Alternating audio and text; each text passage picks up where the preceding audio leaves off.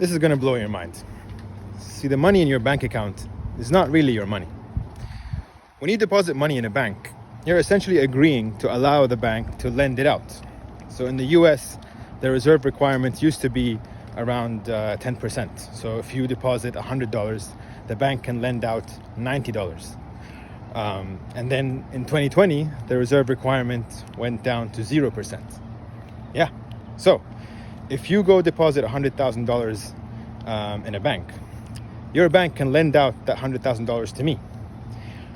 So we have now an extra $100,000 added to the economy. And but if we both go and try to withdraw that $100,000, the bank won't have it.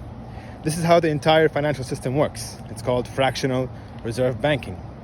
Banks are only required to hold a fraction of your deposits with them. The rest of it they can lend out or use for all kinds of speculative investments, because banks, if they fail, they get bailed out, like we saw in the 2008 financial crisis, and we saw it on a smaller scale when Silicon Valley Bank collapsed.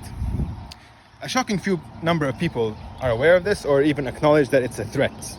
Another risk that most people conveniently ignore is that authorities can, at any point in time, restrict your access to your funds or prevent you from sending it or receiving money through the SWIFT system. See, the current financial system is ruled by the US.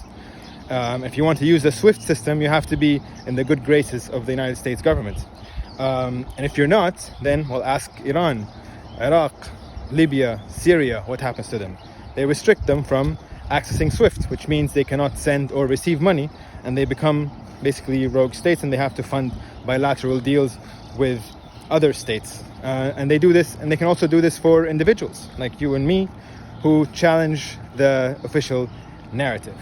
See, where Bitcoin is different is that Bitcoin is the only asset class in the world that we can own, that we can take custody of.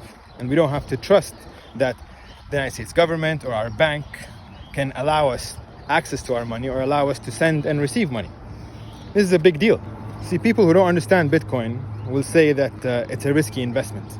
But that only reveals how ignorant they are of Bitcoin, and they spend zero time actually studying it or looking into it.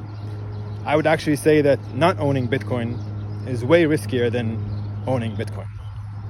So if you don't have Bitcoin, get off zero. Get 1%, 5%, 10% of your savings or whatever you want to invest. Put them in Bitcoin, just something outside the existing system, just in case, you know? Bitcoin is actually the only credible threat to the dollar system. It's a neutral asset class that anyone in the world can access, and that cannot be prevented from sending or receiving it between any two people in the world. And that's an extremely powerful concept. It's a hugely powerful idea.